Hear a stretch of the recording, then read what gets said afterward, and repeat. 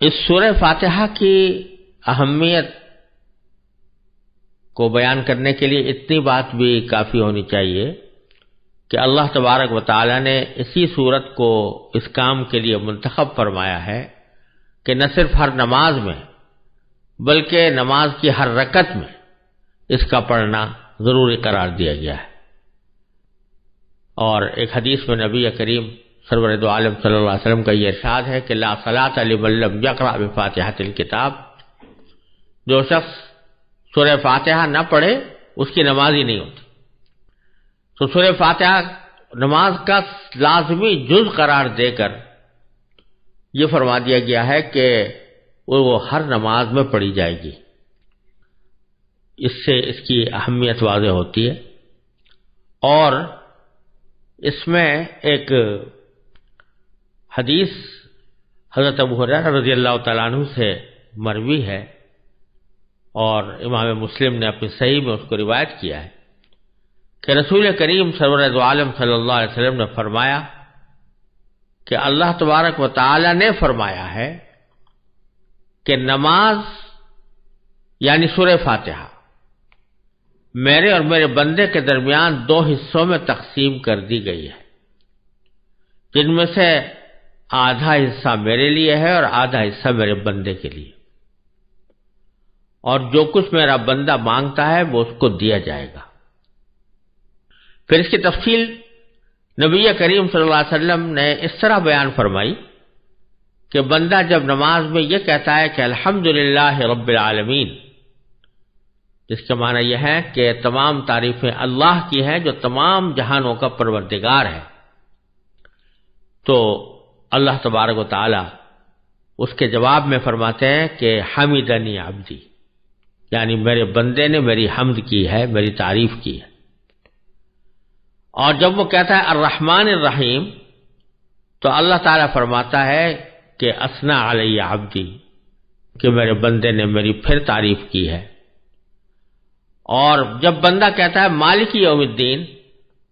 تو اللہ تعالیٰ فرماتے ہیں کہ میرے بندے نے میری بزرگی بیان کی، یعنی مجدنی عبدی، میرے بندے نے میری بزرگی بیان کی ہے۔ اور جب بندے کے درمیان اور یہ آیت یعنی ایاک نعبد و ایاک نستعین، یہ میرے اور میرے بندے کے درمیان مشترک ہے، کیونکہ ایاک نعبد کے معنی ہے کہ ہم تیری ہی عبادت کرتے ہیں، تو یہ تو ایک طرح سے اللہ تعالیٰ کی حمد و ثنا ہے، ہم آپ کی عبادت کرتے ہیں۔ اور دوسرا جملہ ہے ایاک نستعین، جس کے معنی ہے کہ تجھی سے مدد مانگتے ہیں، تو دوسرا پہلو بندے کی دعا و درخواست کا ہے، اس لیے یہ فرمایا گیا کہ یہ میرے اور میرے بندے کے درمیان مشترک ہے۔ لیکن ساتھ ہی باری تعالیٰ یہ فرماتے ہیں کہ میرے بندے کو وہ چیز ملے گی جو اس نے مانگی۔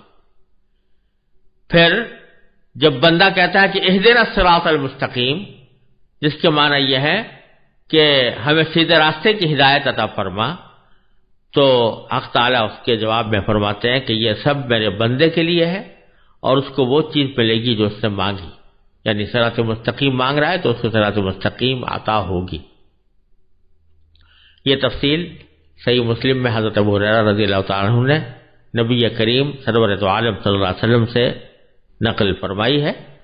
اور اسی حدیث کی وجہ سے علماء کرام نے یہ فرمایا ہے کہ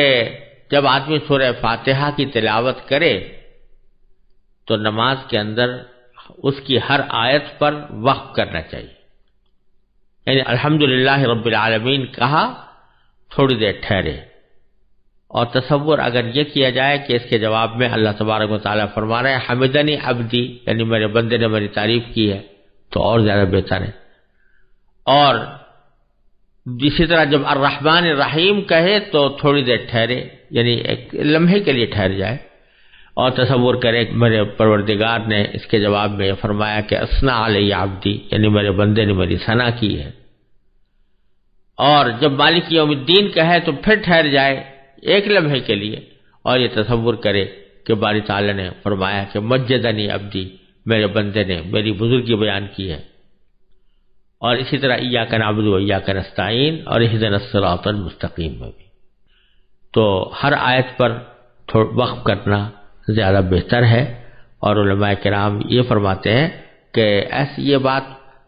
کوئی اچھی نہیں لگتی کہ ہر فقرے کے جواب میں اللہ تبارک و تعالیٰ کچھ فرما رہے ہوں اور آپ بکٹوٹ